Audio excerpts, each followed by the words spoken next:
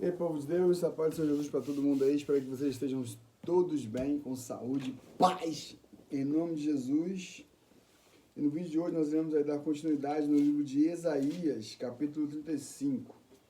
A alegria final de todos os salvos. O deserto e a terra ressecada se jubilarão, o ermo se encherá de felicidade e florescerá como a tulipa. Cubra-se de flores, sim. Jubile-se com grande alegria e exulte. A glória do Líbano lhe será transferida, bem como o resplendor do Carmelo e a Sarão, eles verão a glória de Yahvé, o Senhor, o esplendor do nosso Deus. Fortalecei, pois, as mãos abatidas, revigorai os joelhos cambaleantes, dizei aos corações perturbados: ser fortes, não temais, eis que o vosso Deus vem para vingar-vos, trazendo a recompensa divina. Ele vem para salvar-vos. Então se abrirão os olhos dos cegos e os ouvidos dos surdos se desobstruirão. Então o coxo soltará como servo e a língua do mudo cantará louvores de gratidão e felicidade. Porquanto a água jorrará no deserto e muitos riachos da estepe. Vou repetir aqui, ó. Então o coxo soltará como o servo. Esse servo aqui é com C, né? Tá falando de um animal que corre bastante, tem as pernas longas. A terra seca se transformará em brejo e a terra árida em mananciais de água. Onde repousam os chacais surgirá um campo de juncos e de papiros. Ali haverá uma estrada, um caminho que será conhecido por caminho de santidade. Os ímpios não passarão por ele.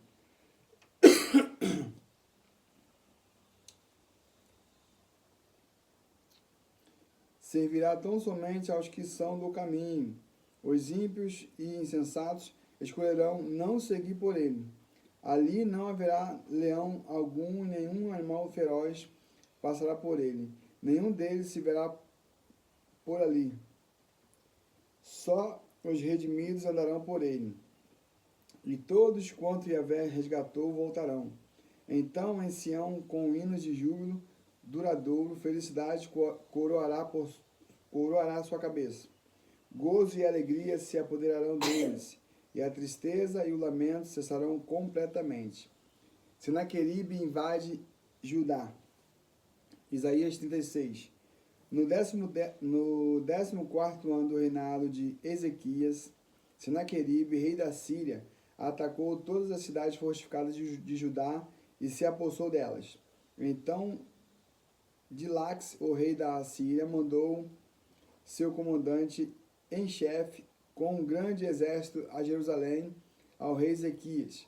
Quando o comandante parou no aqueduto do açude superior, na estrada que leva ao campo do lavadeiro, saíram ao seu encontro Eliaquim, filho de Ilquias, o administrador do palácio, Sebna, escrivão e secretário, e o cronista real, Joá, filho de Asaf.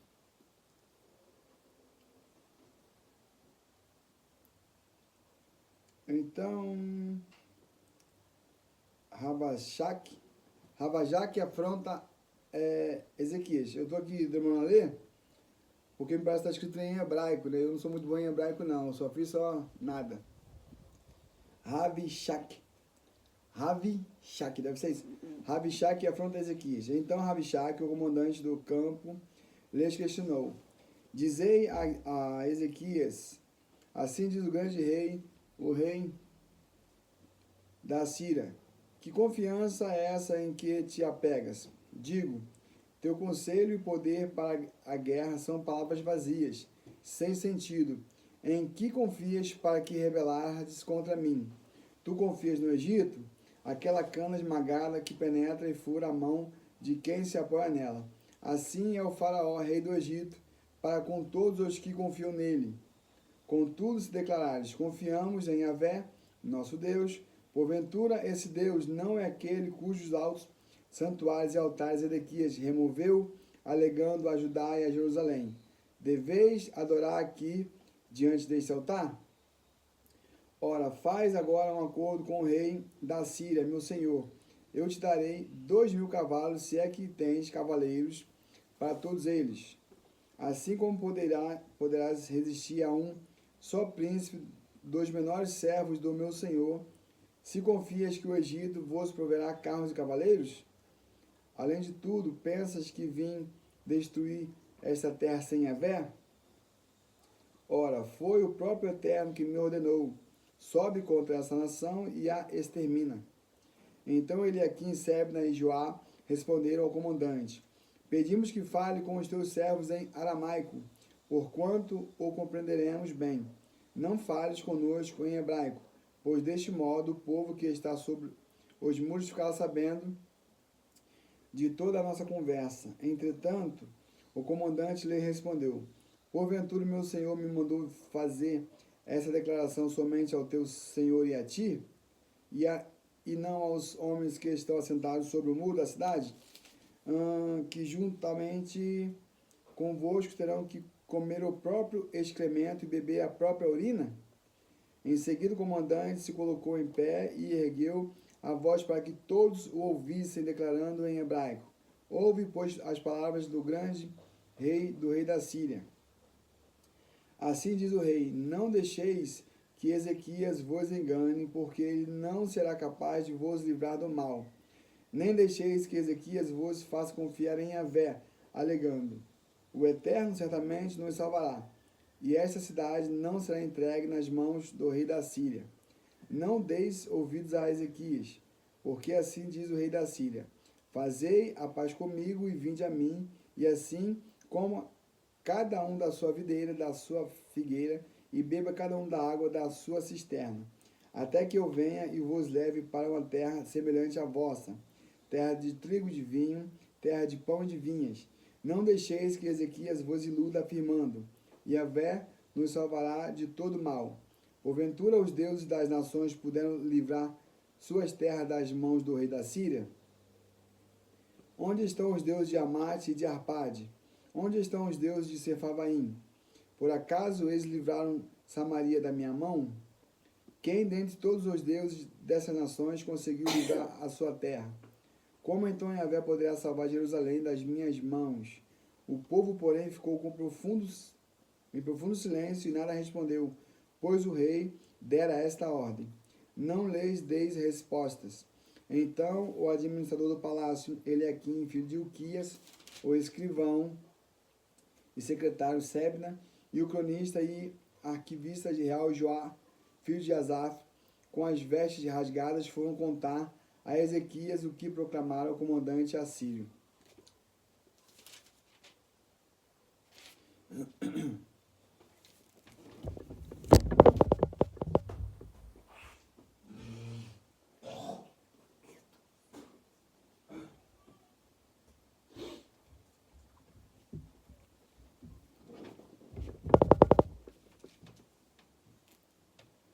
Ezequias consulta o profeta Isaías. Isaías 37. Assim que o rei Ezequias tomou conhecimento disto, rasgou suas vestes, cobriu-se de pano de saco em sinal de indignação e dirigiu-se ao templo de Yahvé, o Senhor.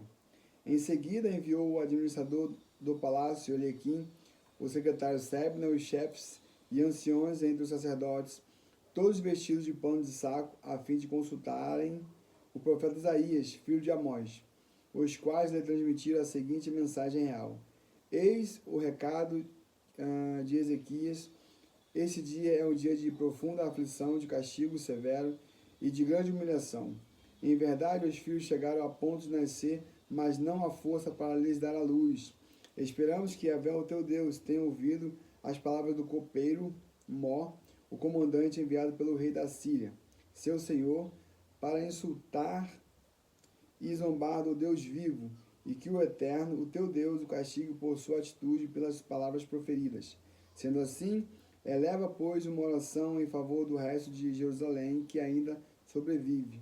Ao chegar aos oficiais do rei Ezequias, a presença de Isaías, este imediatamente lhes declarou: eis o que deveis dizer ao vosso Senhor. Assim diz Yahvé, o Senhor: não tenhas medo das palavras que ouviste, das blasfêmias que os servos do rei da Síria proclamaram contra a minha pessoa.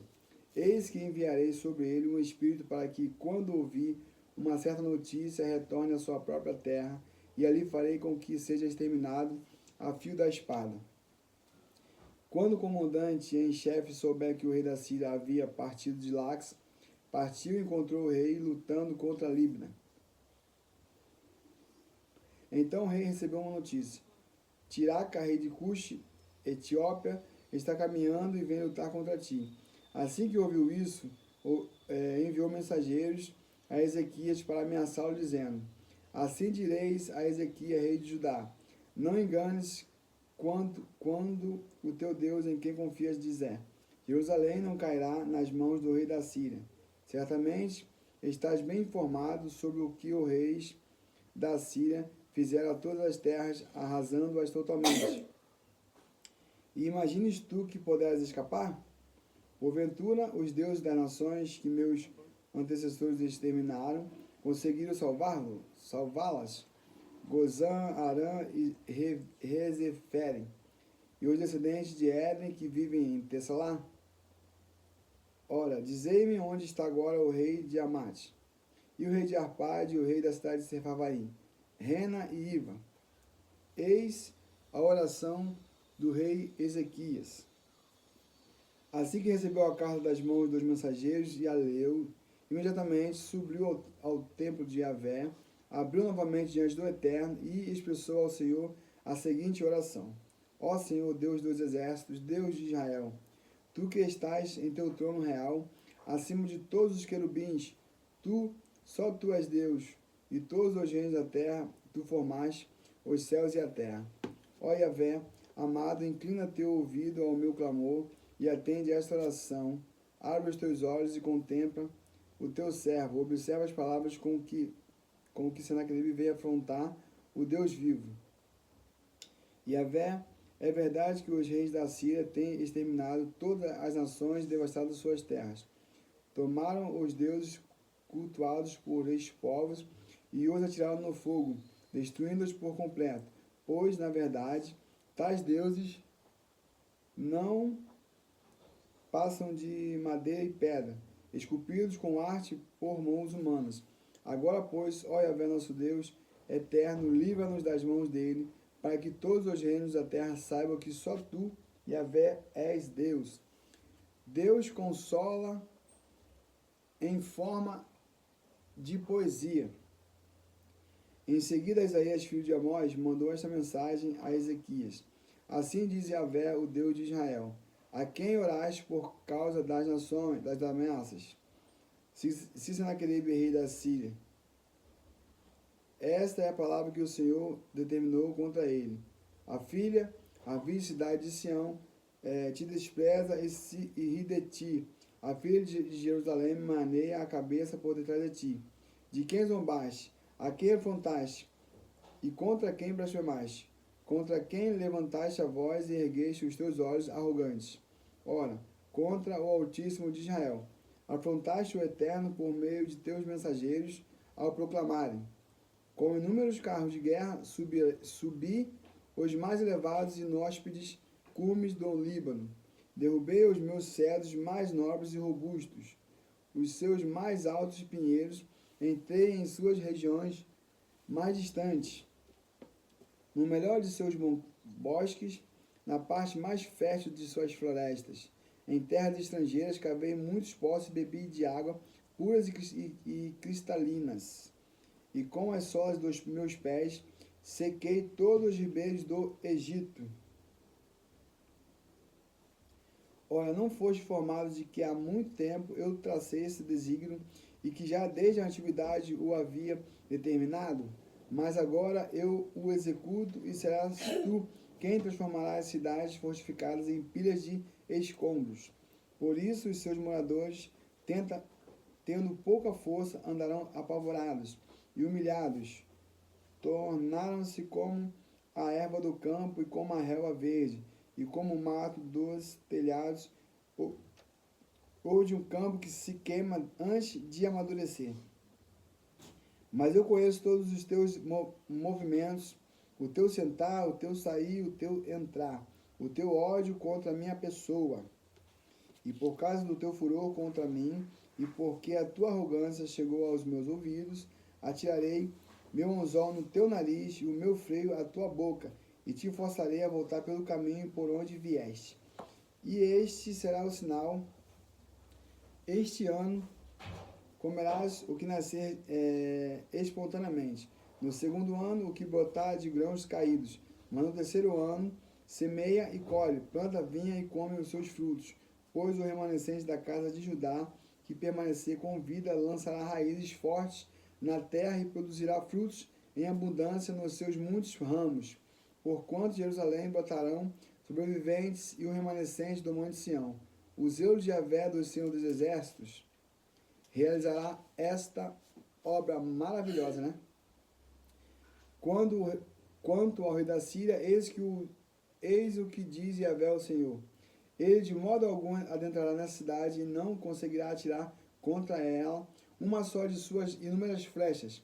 Não a cercará com os seus escudos, tampouco construirá rampas de cerco e invasão contra ela. Pelo mesmo caminho por onde veio, abaterá em retirada e não entrará nessa cidade. Palavra de Yahvé, o Senhor. Eis que eu mesmo defenderei essa cidade a fim de salvá-la, por amor de mim e por amor de Davi, meu servo. Em seguida, o anjo de Yahvé saiu e matou 185.000 guerreiros do próprio acampamento assírio. Assim que o povo se levantou ao raiar da manhã seguinte, só havia cadáveres espalhados pelo local. Então Senaqueribe, rei da Síria, fugiu do acampamento, voltou para Nínive e lá permaneceu. Aí sucedeu que, certo dia, estando ele prostrado no templo de seu deus Nisroch, seus próprios filhos Adramaleque e Sarazer se aproximaram sorrateiramente e o assassinaram à espada.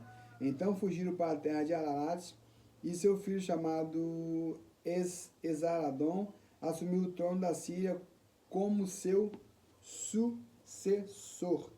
Bom, Senaqueribe se exaltava porque Deus antes havia usado ele para poder castigar as outras nações. Ele achava que era pela força do seu braço que ele estava fazendo isso, mas não era. Era Deus castigando as nações e só usando ele como bastão para castigar. Fiquem todos na paz e até o próximo vídeo.